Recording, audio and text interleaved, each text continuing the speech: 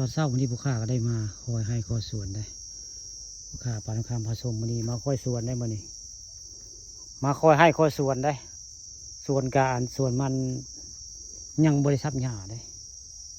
ส่วนมันส่วนสองวันนี้อยู่บ้านโคกศาสตร์ตำบลนาตาลเพิ่นงามจะได้ปีนี้มันเดือนห้าได้นี่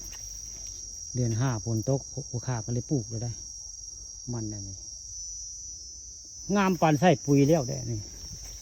เบิ่งแล้วปานใส่ปุ๋ยแปะกระสอบไปแล้วนี่มันยากยังไปทราบจากเถื่อปลูกไว้ปรากฏการณ์ได้บ่เคยเห็นมันงามป่านนี้ปีนี้งามคักได้ปีนี้มันงามมันคักได้เป็นป่านบุค่าใส่ปุ๋ยเยอะได้หญ้านี่ก็งามเพราะหญ้าเห็นเขาเคยลกเนาะเห็นนี่เลยลกพ้นได้หญ้างามอันนี้คืออะไรคือนี่เคยลกจ้างแต่ผู้แรกส่วนก่อนนะส่วนแรกส่วนนั้นปลูกก่อนเลยลื่นกันจะเดือนนึงแล้วตัวนั้นปลูกก่อนเดือนนึงตัวนี้ปลูกตามหลังอยู่เดือนนึงแต่ว่างามกว่าส่วนนั้นได้ส่วนนั้นกับปุ๋ยยังไม่ได้ใส่เลยส่วนนี้ก็ยังไม่ได้ใส่คือกันนะปุ๋ยส่วนมันอยู่หลังอบตนาตาลล่ะนี่ส่วนมันผู้ข้าปลาทองคำผสมคักบนเลยก็ได้ปีนี้ฝนตกได้เมื่อวานนี่บ้านโคกศาสตร์ฝนตกได้ฝนตก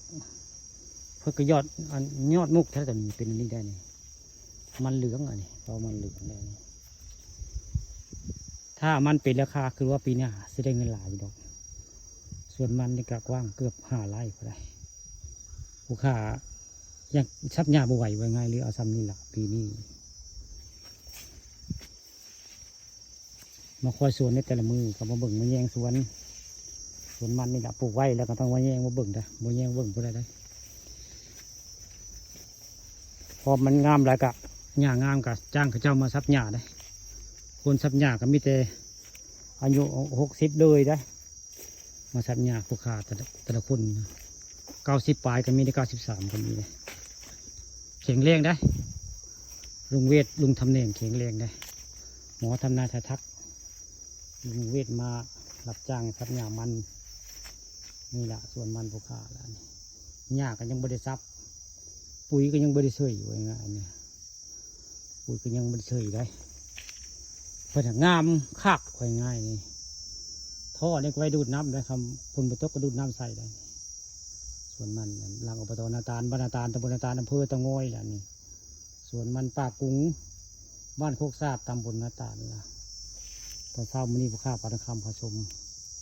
มาคอยให้คอยสวนได้นี่ขี่ซาเล้งมาเนาะมาคอยสวนพระเจ้ามาที่คอยเมืองเสียงมันกลือหลายได้ผู้มันนั้นปลูกไปตั้งใจนี่แหละส่วนมันผู้ข้าคักแล้วงาม